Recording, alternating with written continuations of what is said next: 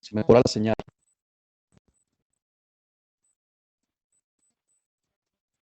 ¿Se escucha mejor?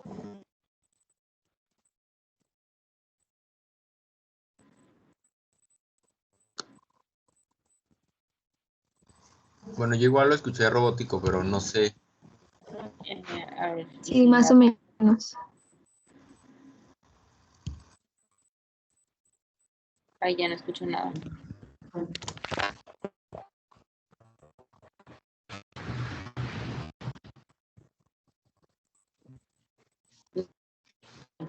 Ya no se escucha, así es que está hablando. Sí se escucha robótico, o sea, está hablando, pero se escucha como... Yo veo que se está moviendo y que se está hablando. Sí, yo también veo eso. Yo no escucho nada. Ok. ¿No se escucha? ¿Se escucha ahí?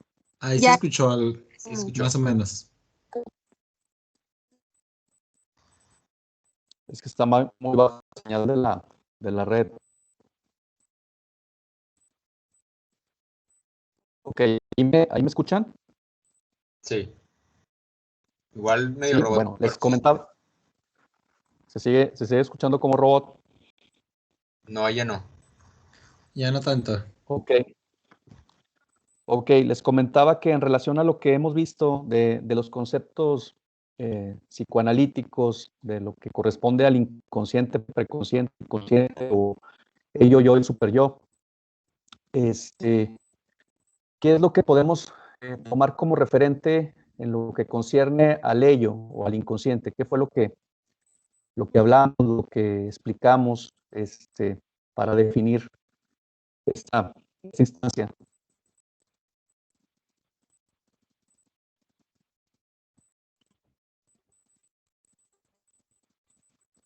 Sí, Ariadne.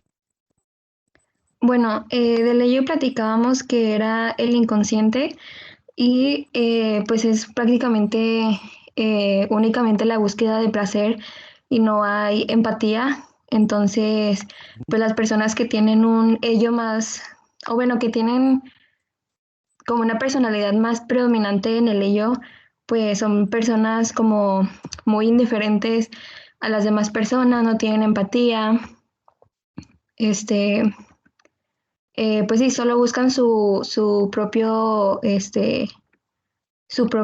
placer sin tomar en cuenta a los demás. Ok, muy bien, Ariadne, gracias. Edrey, Samuel.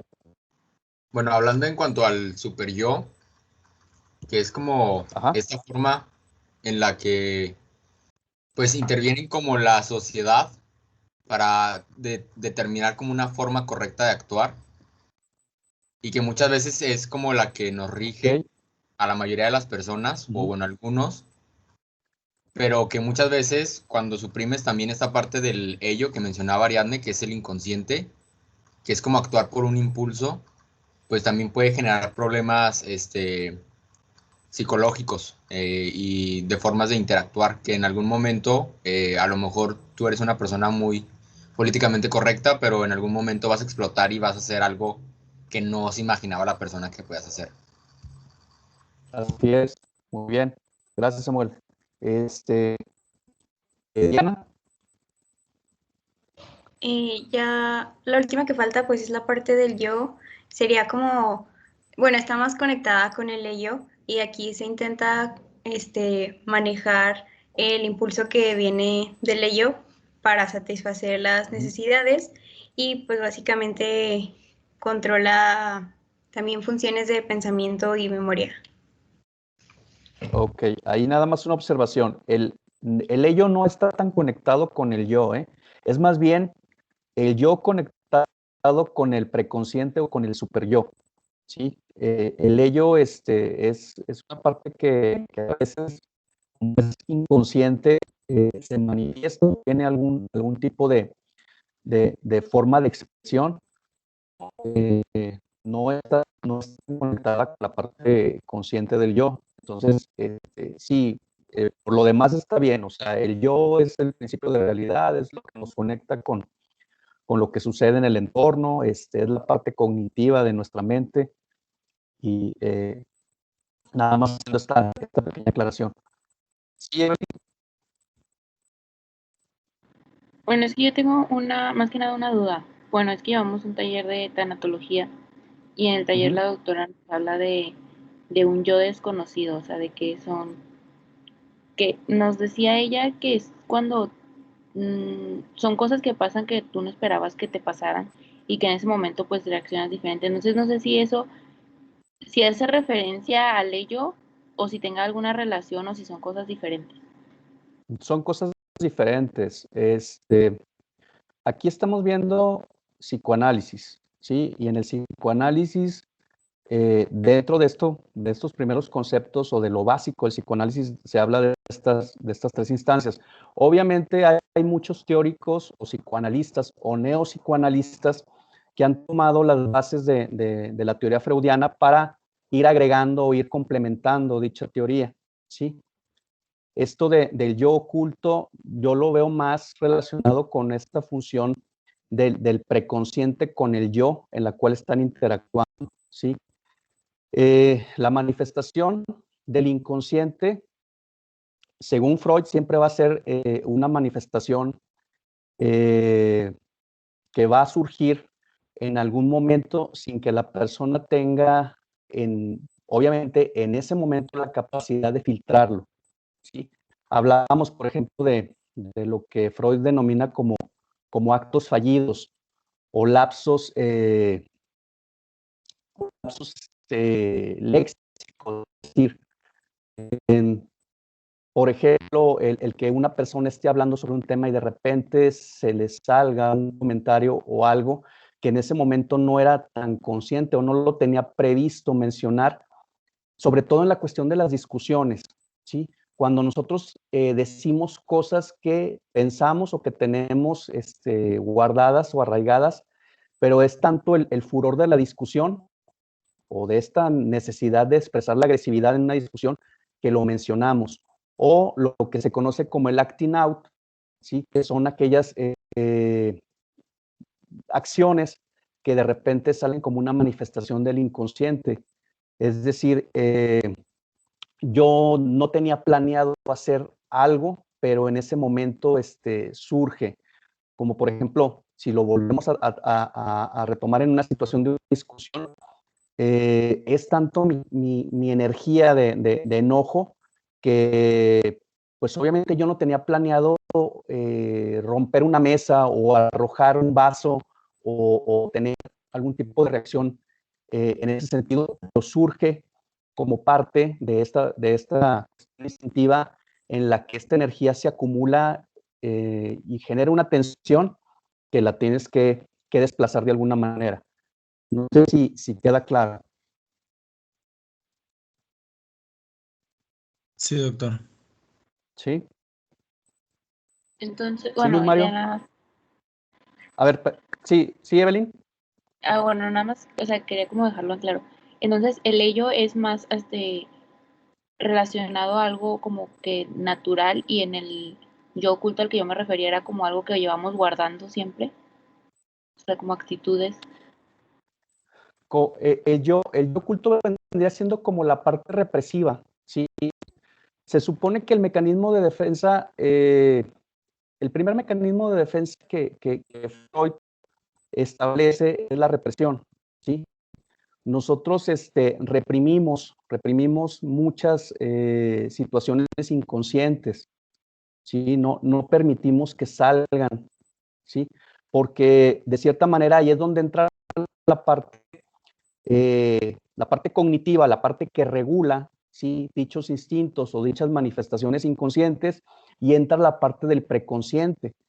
Es decir, sabemos, por ejemplo, que no podemos ir desnudos a la escuela, ¿verdad? O sea, porque pues va en contra de todo la moral o los lineamientos establecidos, ¿sí? Aquí están operando obviamente la parte consciente, porque si yo me expongo a una situación así, pues me va a generar sentimiento de culpa, me va a generar vergüenza, me va a generar muchas cosas.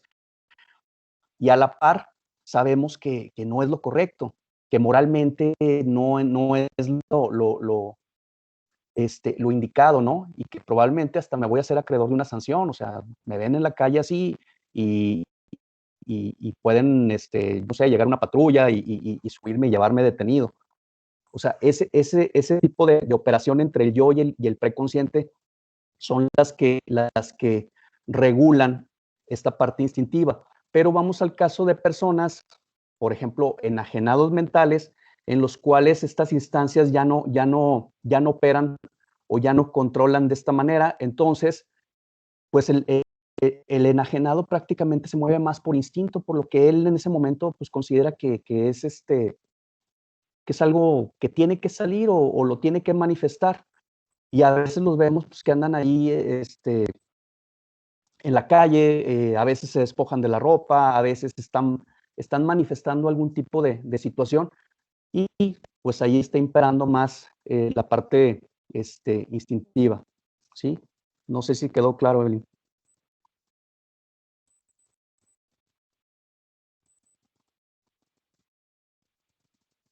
¿Sí me escuchan? Sí. Sí, doctor. Sí, muy Sí. bien. Entonces, en este yo oculto, ¿sí? Lo veo yo más como la cuestión de cosas que tenemos reprimidas o que no manifestamos abiertamente, porque, como les comento, Freud decía que el mecanismo que opera en muchas de nuestras acciones es la represión, ¿sí?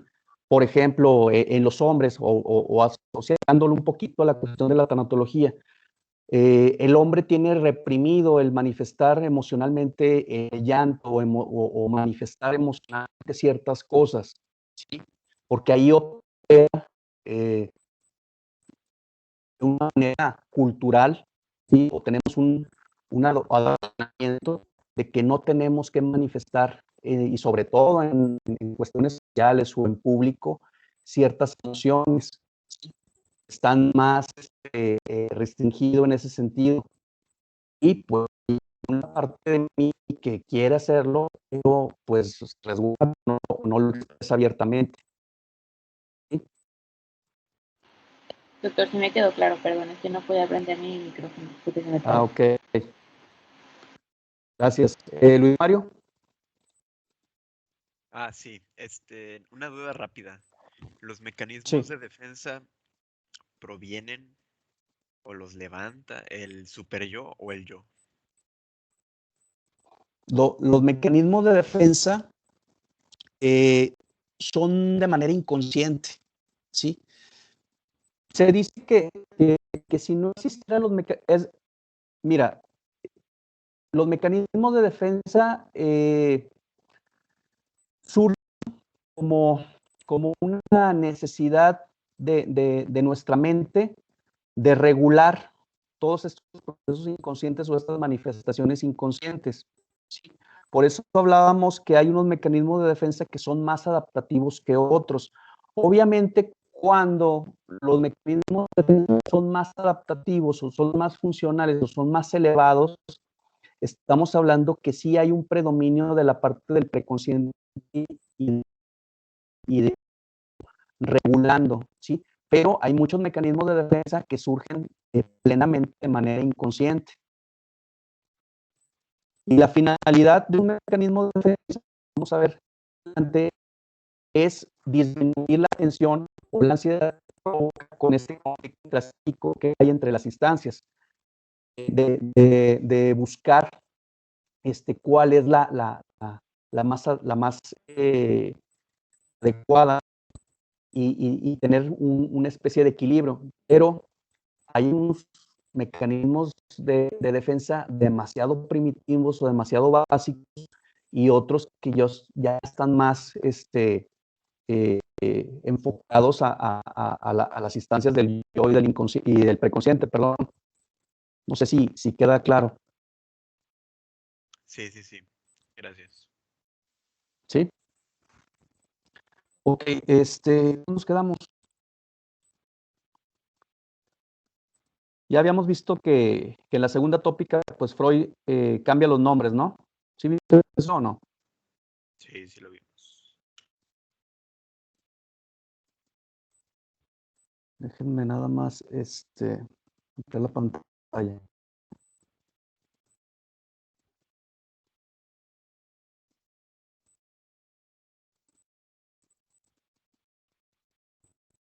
¿Vimos esto también?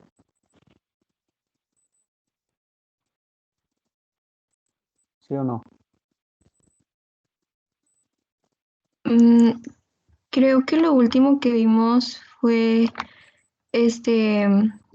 bueno, vimos como un repaso del super yo preconsciente y luego también hablamos del conflicto intrapsíquico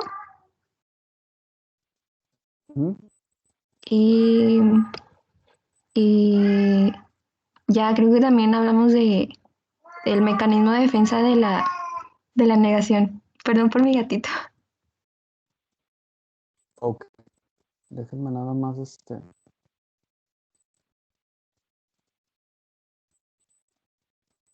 Vimos esto también, ¿verdad? Donde ya venía este cambio de los conceptos, ya venía como...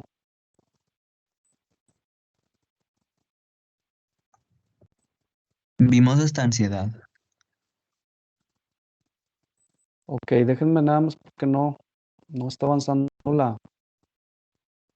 Vimos el proceso primario de cómo se forma el inconsciente, vimos esto de la energía psíquica, del líbido, que se transforma en dos energías que se conocen como Eros y como Tánatos, ¿sí, verdad? Sí, también. Está muy lenta la red, no quiere avanzar la presentación.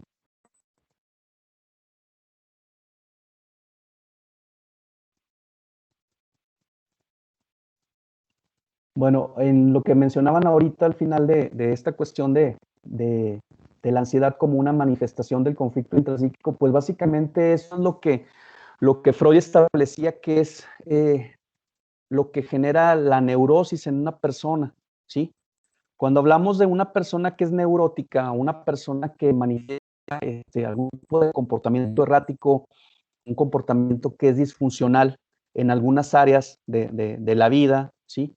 Estamos hablando que hay un conflicto interno en la mente y qué es lo que produce la neurosis. Y la neurosis pues, se manifiesta en cierto tipo de conductas o en trastornos de personalidad. Déjenme, vimos todo esto.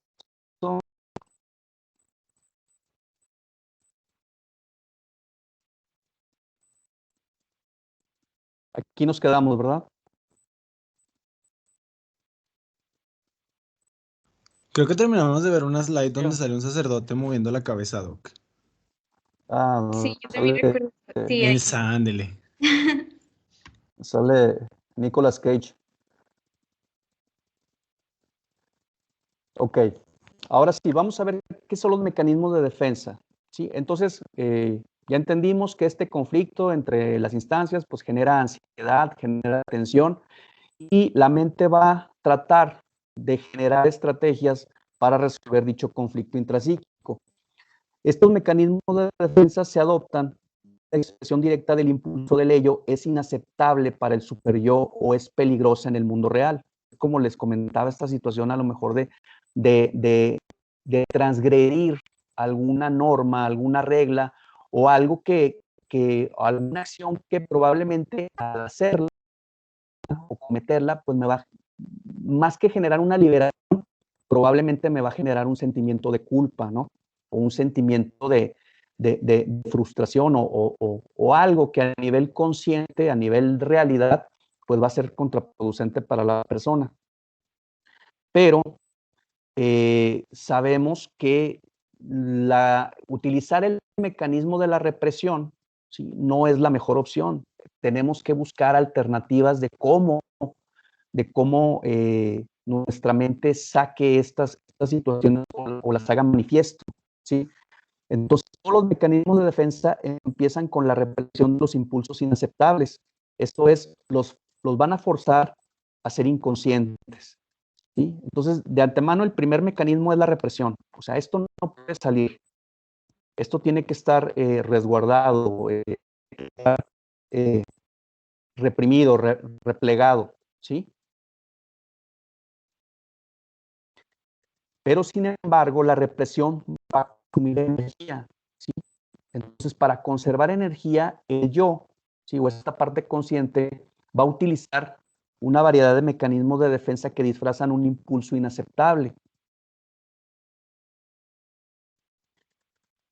Y de cierta manera es como una distorsión de la fuente, ¿no? Con la finalidad de que el objeto del impulso, ¿sí?, evite una represalia del superyo, permitiendo al impulso evadir al sensor. Acuérdense que la instancia superyoica siempre es la que nos va a estar generando culpa, o que nos va a estar generando la autocrítica, o la que nos va a estar castigando y diciendo que lo que hacemos o lo que pensamos o lo que sentimos está mal, ¿sí?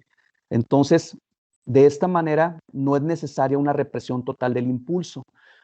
La finalidad del mecanismo de defensa es como, imagínense que nuestra mente es como una olla express, entonces necesitamos sacar de alguna manera. Si no hay una salida por medio de esta válvula de vapor, pues va a explotar o va a salir de una manera pues intensa, una manera impulsiva, todo lo que tenemos reprimido. Entonces, se genera el mecanismo de defensa con la finalidad de depurar, ¿sí? O de permitir salir de alguna manera, ¿sí?, este cúmulo de instintos o de represión que tiene, de cierta manera engañando al superyo, ¿sí?, o tratando de que el superyo no aplique censura, o no sea tan restrictivo, o no sea tan duro, tan rígido con la conducta, ¿sí? Entonces, el mecanismo de defensa reduce los requerimientos de la energía para la represión, en forma análoga a la manera en que permite que el vapor salga de una olla de presión para reducir la fuerza requerida para mantener la tapa, evitando la experiencia de ansiedad, y que es un aspecto que subyace en todos los mecanismos de defensa. Todos los mecanismos de defensa tienen la finalidad de contener, ¿sí?, la ansiedad, ¿sí?, de que la ansiedad no se manifieste como algo total, sino que de cierta manera sea algo más controlado. Entonces, los mecanismos de defensa van a variar desde los muy primitivos o arcaicos, ¿sí?, hasta los más desarrollados, ¿sí? Obviamente los más primitivos vienen desde la infancia, son lo que les comentaba, por ejemplo, los niños que utilizan el mecanismo de defensa de la negación. El niño rompe algo o hace una travesura y ya empieza a comprender que ciertas acciones, pues va a venir un castigo, va a venir un regaño, va a venir algo por parte de los cuidadores o de los padres, ¿sí?, que van a tratar de modificar esa conducta. Entonces el niño, para no sentir culpa, su forma automática o el mecanismo primitivo más básico que tiene es negar que eso sucedió, ¿sí? Entonces, podemos estar en una habitación donde a lo mejor está un niño pequeño y los papás, y el niño va a la cocina y rompe algo y regresa y dice pues, ¿y quién lo rompió? Pues no sé, o sea, se rompió solo, o inventa a lo mejor algún personaje imaginario, inventa pero él no va a aceptar la responsabilidad o no va a aceptar la culpa, ¿sí? Porque es una forma de evitar, obviamente, castigo, o es una forma de evitar el regaño, y sabe que esto va a generar una tensión, una ansiedad. Entonces, lo más práctico es decir, esto no pasó, ¿sí? O no sé si ustedes han visto los niños cuando este, desplazan a lo mejor la culpa a otro objeto, a otra persona, o a un juguete, por ejemplo. El decir que el juguete fue el que rompió una taza, o el decir que fue alguien, pero obviamente él no lo va a aceptar. No sé si queda claro.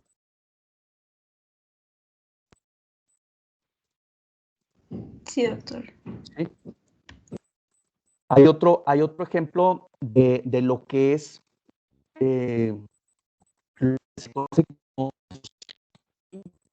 cómo el niño dice situaciones, genera un alteo, evitar todos imaginarios.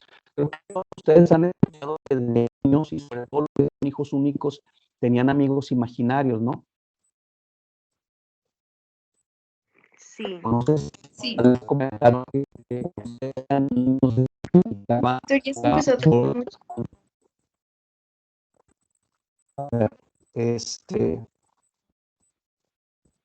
¿me escuchan ahí? Sí. Casi. Sí, casi no. A mí Eh, ya mejoró. ok, les comentaba que muchos de nuestros papás o conocemos casos en los cuales los niños generan una disociación entre tener un amigo imaginario o, de cierta manera, este complemento de fragmentarse les permite el no ser responsable de muchas situaciones. Por ejemplo, hay niños que rompen algo y dicen, yo no fui mi mano, y luego le pegan, tonto, no, ¿sí? O fue mi muñeco, es una forma de evadir y es una forma de negar, ¿no? De negar como mecanismo de defensa cualquier tipo de situación que implique una reprimenda o que implique algo que ellos consideren una amenaza, ¿sí? Eso es en los niños, es el mecanismo básico, pero si lo trasladamos, hay adultos que todavía utilizan ese mecanismo, ¿sí? Hay adultos, por ejemplo, que a lo mejor les descubren una infidelidad y aún así lo niegan, aunque tengan todas las evidencias y aunque prácticamente todo esté ya a la vista, y el mecanismo de defensa es no, no, eso no es cierto, no soy yo o no fui yo, y no de esa postura, ¿sí?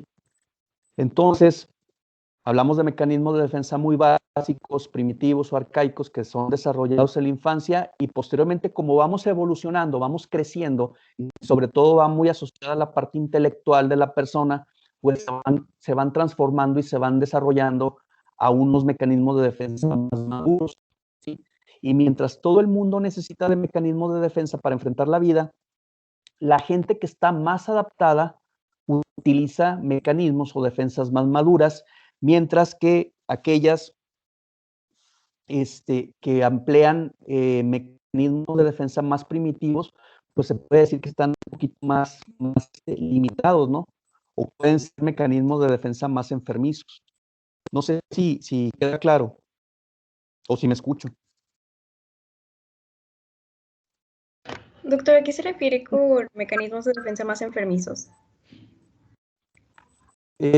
No todos los mecanismos, muchachos, tienen una función adaptativa, ¿sí?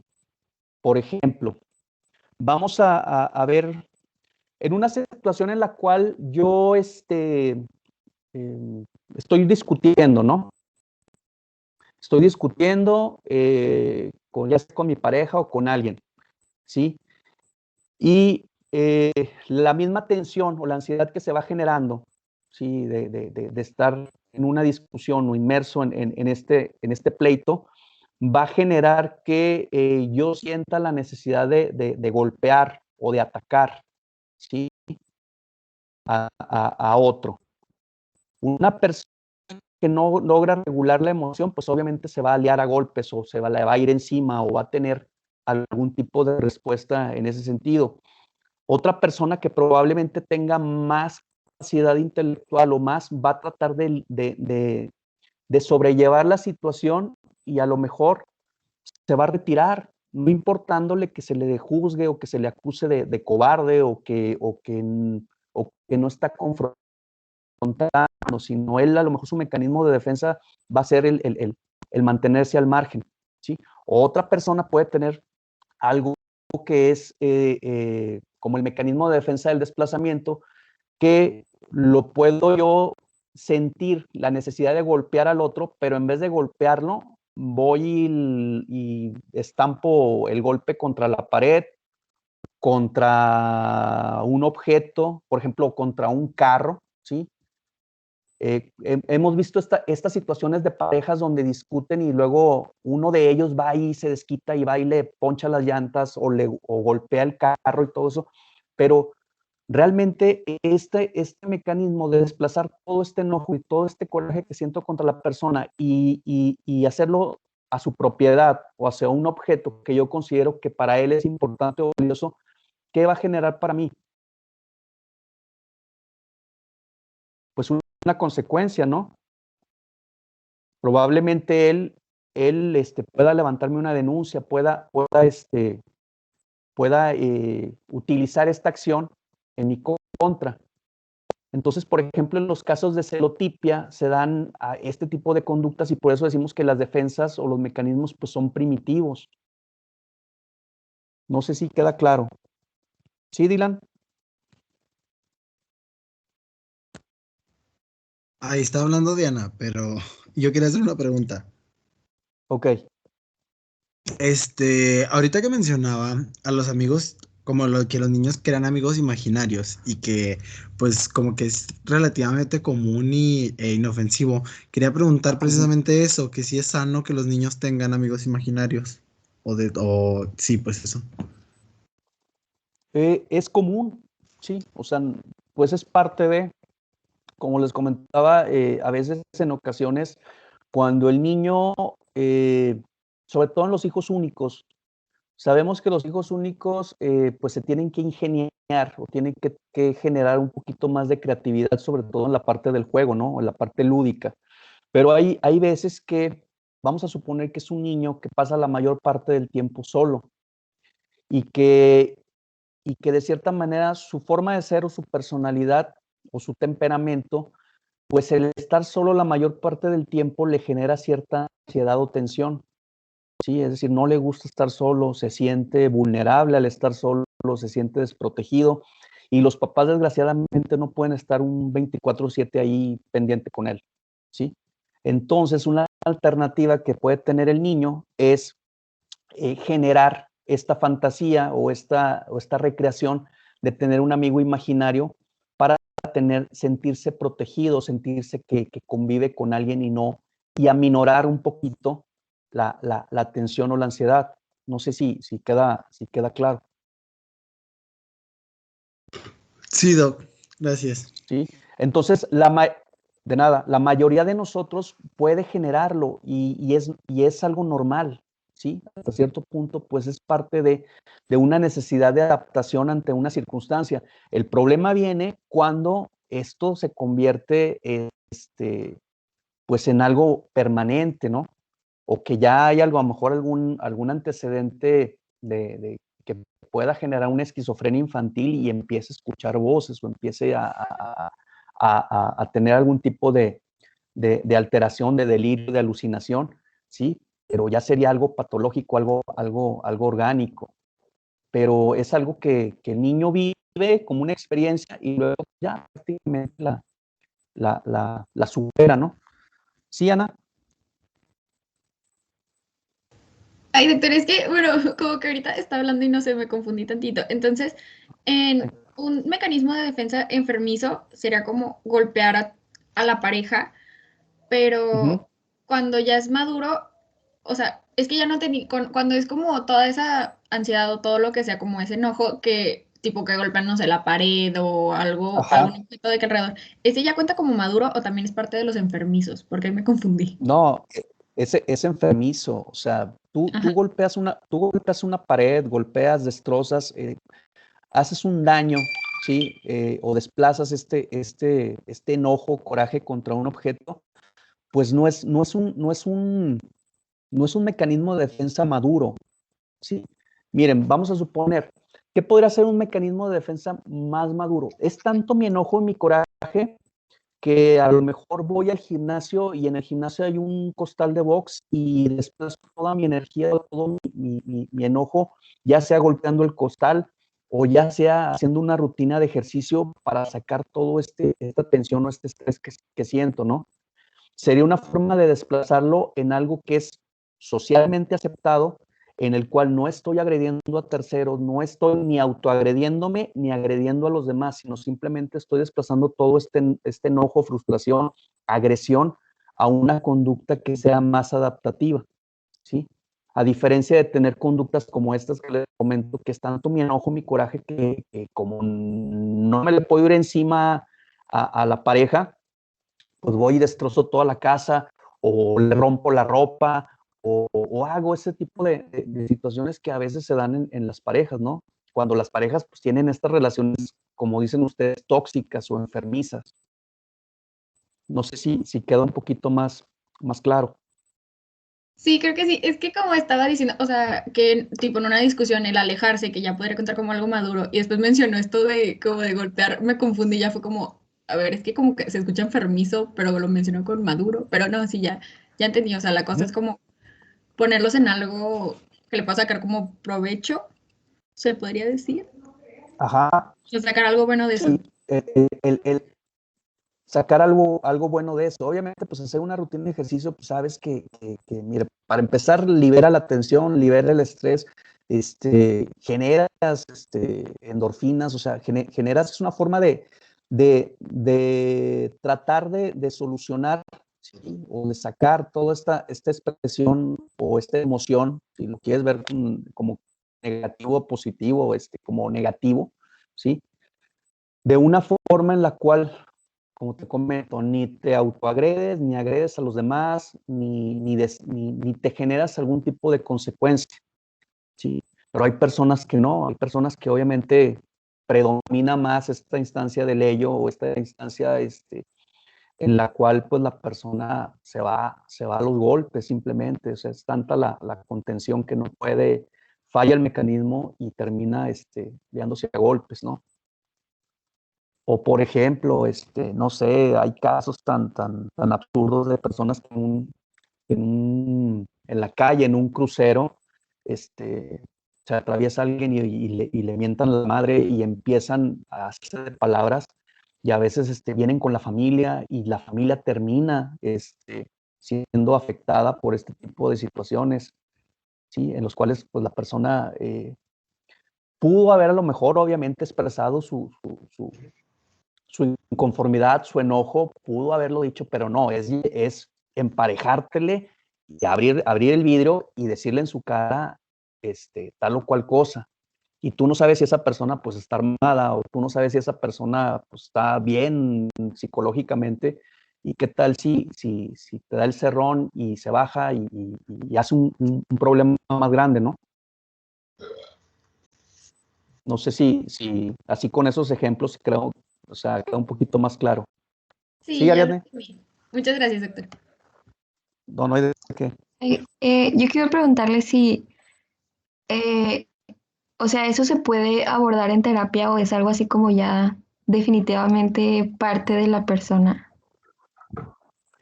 Se puede abordar en terapia, pero hay que reconocer que hay características de la personalidad que no cambian, ¿sí? Y ahí es, ojo, ¿sí? Sobre todo, muchas veces, y vuelvo a tomar el ejemplo de las parejas, muchas veces creen que las parejas van a cambiar o que yo puedo hacer que cambie la persona, ¿sí? Obviamente, las conductas o las manifestaciones de las conductas, cuando las personas las trabaja en terapia, las puede hacer conscientes y las empieza a regular, ¿sí? Pero cambios como tal de decir, pues solo volviendo a nacer. Es decir, la personalidad está constituida por dos características o dos partes, ¿sí? Tenemos una parte que es el temperamento, ¿sí? Y así como nosotros heredamos ciertas características físicas, como lo es el color de ojos, el cabello, la tez, el esquema corporal, todo esto como características físicas que heredamos de los padres, pues eso no cambia, ¿verdad? Solo que nos sometamos a una cirugía o algo, una cirugía estética y la modifiquemos, ¿sí? Pero así como heredamos estas características físicas, también heredamos el temperamento o heredamos ciertas características de personalidad. Y ahí puede ir, por ejemplo, la parte de la impulsividad, la parte de la agresividad, o sea, viene, ¿sí? Pero ¿qué pasa? Aquí otro componente de la personalidad es el carácter. Y el carácter lo forman las experiencias o lo forman los aprendizajes o lo forma. Entonces, aquí es donde la persona, a lo mejor en una terapia, puede regular o disminuir sus respuestas agresivas o sus respuestas ante el miedo, ante ciertas situaciones que pueden generar conductas disfuncionales dentro de la sociedad o para con él mismo, sus contextos familiares, personales, etcétera. Pero necesita trabajarlo en una terapia para que lo empiece a ser consciente y venga esta reestructuración a nivel cognitivo, a nivel del yo, para que pueda él regular y entender por qué tiene este tipo de respuestas ante estas situaciones y puede empezar a modificar, cambiar. Pero tiene que trabajarlo la persona de manera individual. La parte del carácter obviamente juega un papel también principal porque puede ser un detonante o puede ser un paradigma o algo que, como por ejemplo la cultura del machismo, pues es un paradigma, es algo que traen ya aprendido, pero a eso agréguenle que la persona ya biológicamente tiene una predisposición a la agresividad, por eso se dan situaciones como las que lamentablemente se ven, ¿no? De estos feminicidios y cosas de ese tipo. No sé si quedó claro. Sí, muchas gracias. Sí, sí, sí. Sí, Sofía. Doctor, y por ejemplo, el mecanismo así como de la represión, por ejemplo, como la película de la de Fragmentado, o sea, que es como que las demás personalidades querían como reprimir el trauma para que, pues como el principal no se enterara, ese contaría como como tipo de la infancia de los primitivos o cuál Sí, contaría. es primitivo. El mecanismo de defensa de la agresión es un mecanismo primitivo, ¿sí? Por ejemplo, ustedes ven a una persona que tiene 30, 40 años y que empieza a hacer rabietas como si fuera un niño de 5, de 6, pues obviamente cronológicamente se ve una discrepancia pues abismal, ¿no? En su respeto, ahí habla de una inmadurez. Entonces, sí es un mecanismo de defensa primitivo. Y si se dan cuenta, la película de Fragmentado, el personaje principal sufrió un abuso, ¿sí? Esta situación, o sea, el génesis del problema del personaje es que es un trastorno estrés postraumático por un abuso sexual. Sí. Y a partir de esto empieza a generar todas estas personalidades como mecanismos, si lo quieren ver así, para poder él funcional. Pero, por ejemplo, el personaje del niño, Hedwig, ¿sí? Era malicioso, ¿no? O sea, esta parte sí soy niño, pero como ya hubo una situación de cierta manera de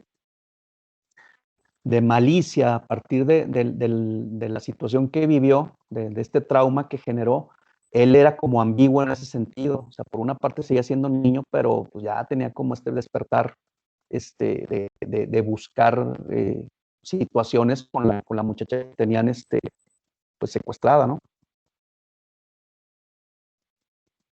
No sé si. Sí, gracias. Ok, bueno, vamos a dejarle aquí y nos vemos el próximo. ¿Cuándo nos toca? ¿El martes? Sí, Sí. el martes. Sí. Ok. El martes vemos ya los mecanismos y ya los explicamos cada uno de ellos cómo funciona y pues ya cada uno va a empezar a entender a veces o va a identificar o va a asociar a lo mejor qué mecanismos pues comúnmente utilizamos, ¿no? Entonces nos vemos el martes, muchachos. Muchas gracias. Gracias. Gracias, doctor. Gracias. Gracias. Gracias, doctor. Gracias. Hasta luego.